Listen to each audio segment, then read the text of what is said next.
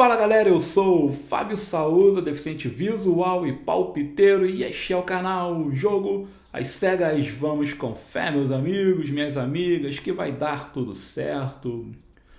Galera, sexta-feira de feriadão, dia 21 de abril, sexta-feira onde o futebol anda meio com o freio de mão puxado. Claro que hoje vamos ter aí rodada válida pela Série B do Brasileirão. Estamos tendo aí algumas categorias de base comendo solto, inclusive hoje no Sub-15 teve um jogo aí válido pela Copa Rio, lá no Rio de Janeiro, entre Flamengo e Madureira, e o Flamengo ganhou de 5-4, e o jovem Enzo fez um golaço de bicicleta, o qual eu trouxe aqui para o canal num shortzinho. Se vocês não viram, eu aconselho que vocês deem uma olhada aqui na aba de short e confiram o golaço desse garoto, um menino de 15 anos fazendo um golaço de bicicleta. É impressionante que essa garotada consegue hoje em dia.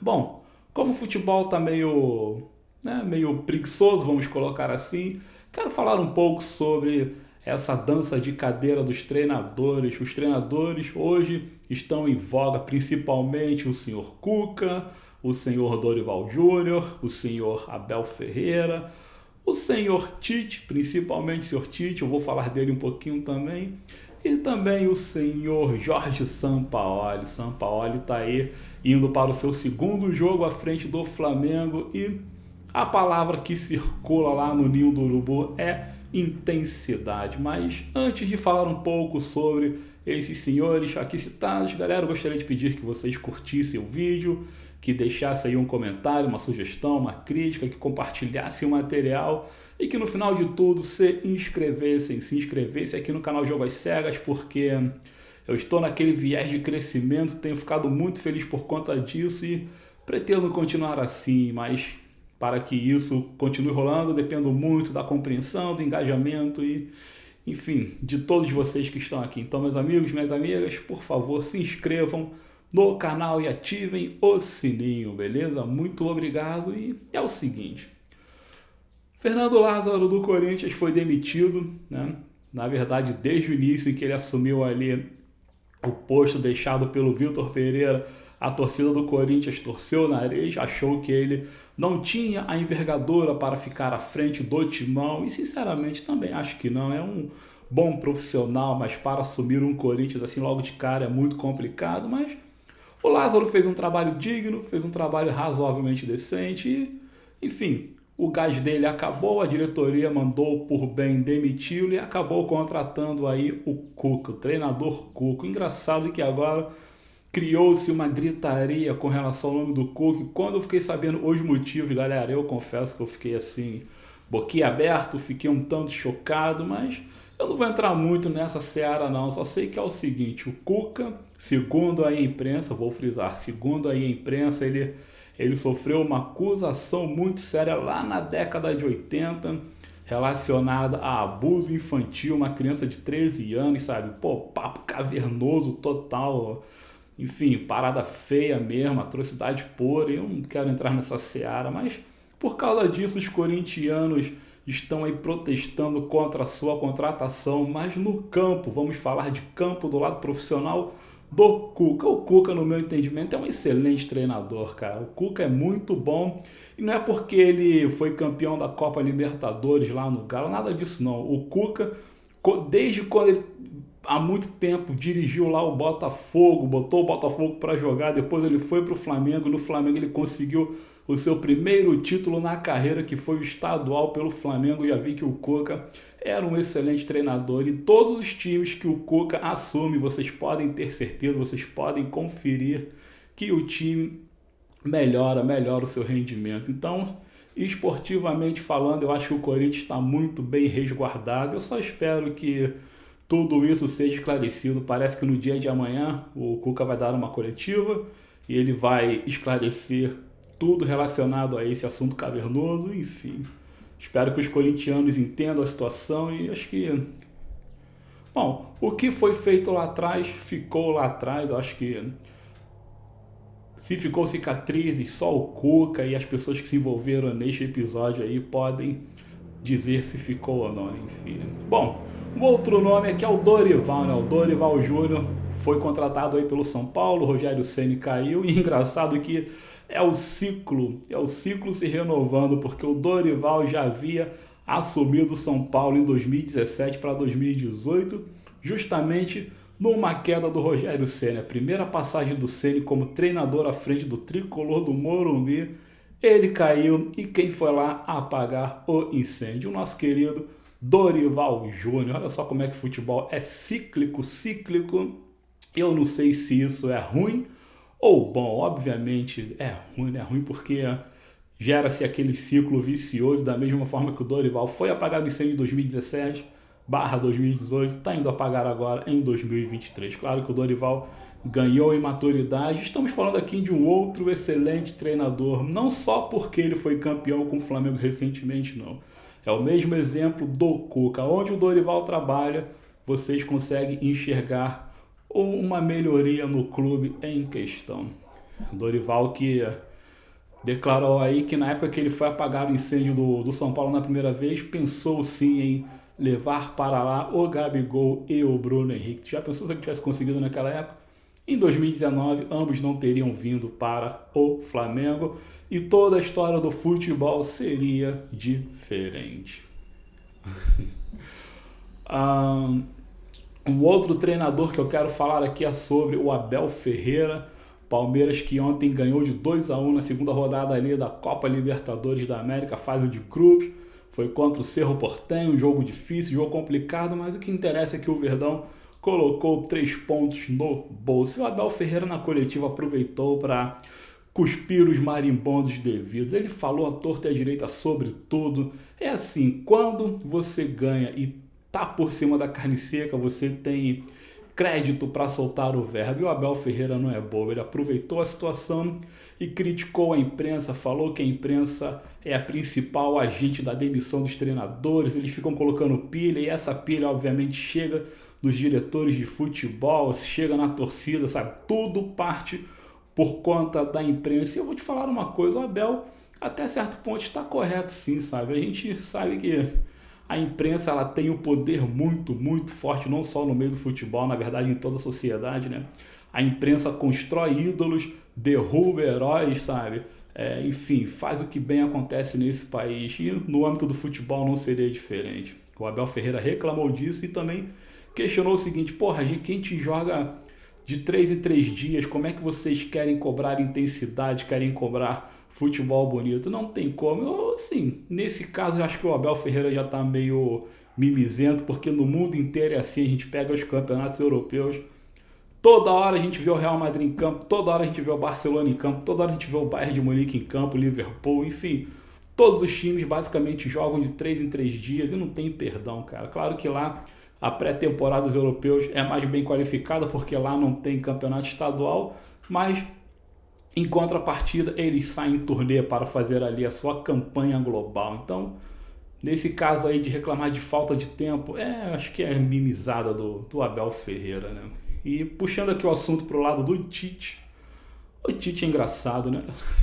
O Tite é muito engraçado.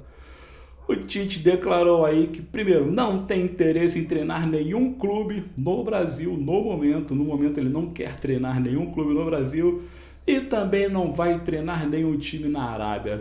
Havia uma notícia ali dando conta de que ele poderia ir para a Arábia, ele já descartou. Ele disse o seguinte: eu quero ir para a Premier League. Ele quer treinar um clube do futebol inglês. Só que é o seguinte, tem que avisar ao senhor Agenor que lá na Europa não tem bobo, não tem otário. Ele acha que é assim, eu vou para a Premier League. O Tite tem que saber se alguém na Premier League vai querer os seus serviços depois daquele papelão que você protagonizou na última Copa do Mundo. Porra, cara, acho que vai ficar meio complicado a tua ida para a Europa, sinceramente. Acho que o europeu ele entende muito bem de futebol o suficiente para que a sua contratação seja vetada por parte deles. Você é um treinador ultrapassado, retranqueiro e europeu não gosta disso, sinceramente não gosta. Então o Tite meteu essa bronca sem lastro para mantê-la. Fala sério, cara.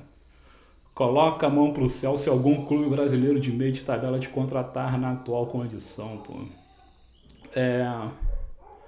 fechar aqui um pouquinho, quero falar sobre o Jorge Sampaoli. Jorge Sampaoli, a palavra que ele tem usado com frequência é intensidade. O Sampaoli deu uma entrevista aí falando que o principal defeito que ele detectou ao chegar ao Flamengo é a parte física dos atletas. Porra, Sampaoli, também não precisa ser nenhum mago, nenhum gênio para poder saber disso, né? O Flamengo se arrasta em campo, já não é de hoje, voltou aí ao Campeonato Carioca parecendo um bando de tartaruga, todo mundo, quando não pesado, estão se lesionando com muita facilidade. Então, óbvio que a parte física dos atletas que está prejudicada. Ele falou que só tem como implantar o seu jogo, só tem como colocar o time para jogar se a parte física de todos estiverem de acordo com a intensidade que ele procura. Então, o Sampaoli se dirigiu ao departamento médico, se dirigiu ao departamento físico e cobrou que aquele setor deu o seu jeito para colocar os atletas para voar. Eu acredito que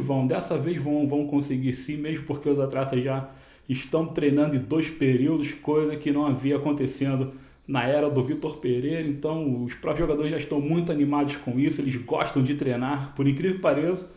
Ao contrário do que se imagina, o jogador moderno, o jogador de hoje em dia, ele gosta de estar no clube, ele gosta de jogar, ele gosta de treinar, porque ele procura a excelência. O jogador com a mentalidade profissional, ele procura a excelência. Por isso que aquele estilo boleirão de que vai tudo na base da conversa, do Danoninho, seja lá o que for, hoje em dia já está meio que ultrapassado, pelo menos em alguns clubes, né? Por exemplo, no Flamengo, esse jeito boleirão não funciona mais. Então, o jogador quer treino, assim como o soldado no quartel quer serviço, né?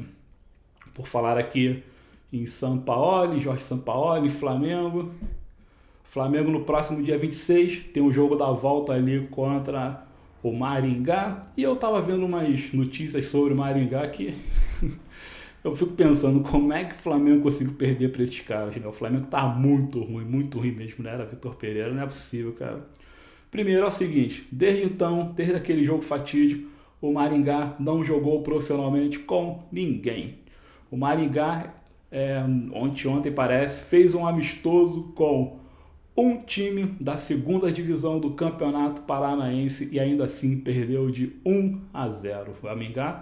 O Maringá acertou um jogo contra um time de 2ª divisão do Campeonato Paranaense e ainda assim perdeu de 1-0. E outro, Maringá vem para esse jogo de volta, o jogo do dia 26, sem 4 dos seus titulares, sem 4 daqueles jogadores que ganharam o Flamengo por 2-0.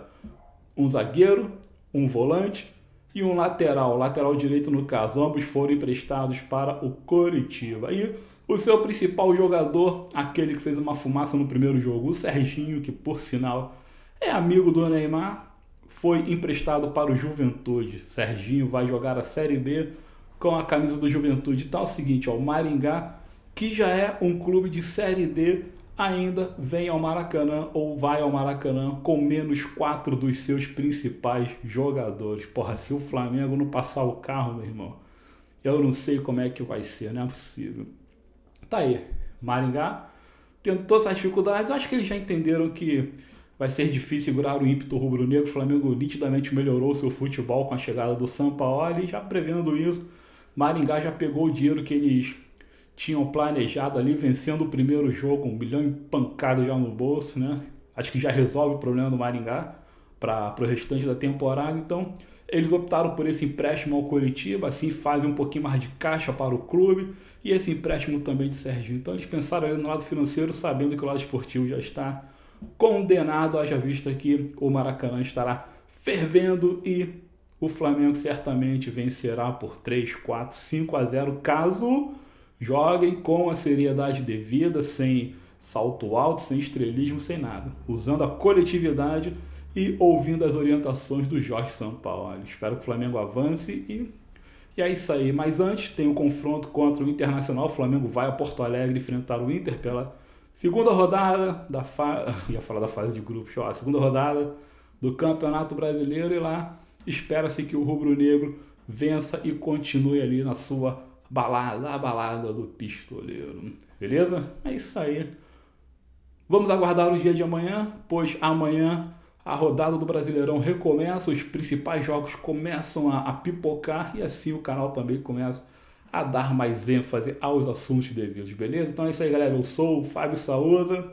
deficiente visual e palpiteiro, este é o canal Jogo às Cegas. Não se esqueçam de se inscrever aqui no canal, de ativar o sininho e fazer aquele papelzinho protocolar que é curtir, comentar e compartilhar, beleza? Muito obrigado e até a próxima, valeu!